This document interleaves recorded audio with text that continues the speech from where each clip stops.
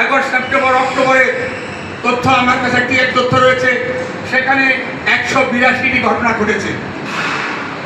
সহিংসতা, সংখ্যালঘুদের উপরে সহিংসতা, যেটাকে আমরা সাম্প্রদায়িকতাও বলছি। আমরা এদেশের অনেক সময় সরকারও বলে, মাননীয় প্রধান উপদেষ্টা বলেন উনি একটি মানবিক বাংলাদেশ চান, সকলকে নিয়েই একটি দেশ করতে চান, কিন্তু এতে কিন্তু তা প্রমাণ করে না। আমি একটি অল্প কিছু কথা বলে আমার বক্তব্য শেষ করব।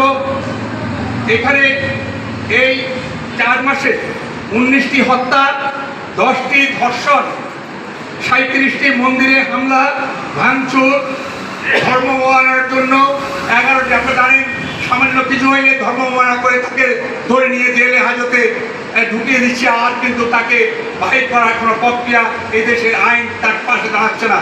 কিন্তু বহরও ধর্ম মানার চলছে। আমরা একটা ইনস্টান্স সেজন্য দেখি না যে একটি দৃষ্টান্তমূলক শাস্তির আওতায় নিয়েছে আদিবাসীদের উপর। এটি আর একটি ভয়াবহ দৃশ্য। সারা বাংলাদেশের যে আদিবাসী, যে বিভিন্ন জায়গাতে আদিবাসীরা রয়েছে, সে পাহাড়ি বা সমতল আদিবাসীরা, তাদের উপরে এই সম্প্রতি এই 4 মাসে কিন্তু 11টি ভয়াবহ ঘটনা ঘটেছে। জমি দখল থেকে আরম্ভ করে তাদের উপর নির্যাতন, নিপীড়ন, 45টি হামলা হয়েছে, ছিনতাই, ডাকাতি, এই ধরনের।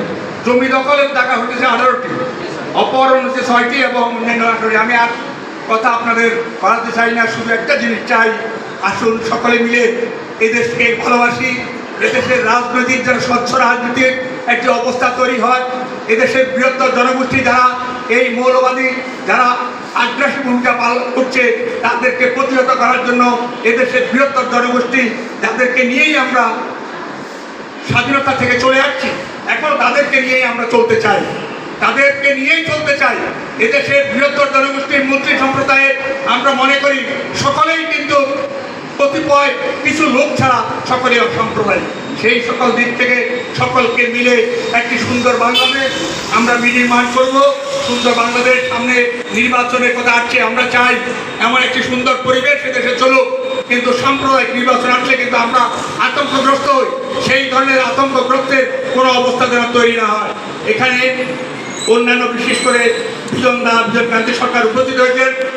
আমাদের অত্যন্ত একটি রাজনৈতিক দলের অত্যন্ত গুরুত্বপূর্ণ দায়িত্বে রয়েছেন এবং বাংলাদেশ হিন্দু বৌদ্ধ কল্যাণ ট্রাস্টের চেয়ারম্যান দায়িত্ব পালন করছেন।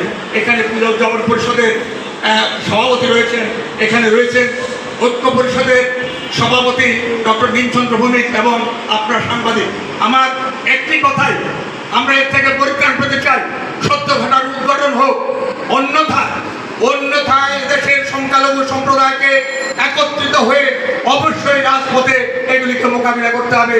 দেশটিকে সুন্দরভাবে বিনির্মাণের জন্য, একটি স্বাধীনতার সার্বভৌমত্বকে রক্ষা করার জন্য, স্বাধীনতা এবং সেই মুক্তিযুদ্ধের চেতনার বাংলাদেশকে সুন্দরভাবে চালিয়ে নেওয়ার জন্য আমাদেরকে সকলে মিলে কাজ করতে হবে। প্রিয় সাংবাদিক বন্ধুগণ, আপনারা এই ধরনের সহিংসতার সত্য ঘটনাগুলিকে উদ্ঘাটন করুন, এদের থেকে রক্ষা করুন, স্বাধীনতার সেই ধরনের মূল চেতনাকে যেন আমরা ধারণ করতে পারি।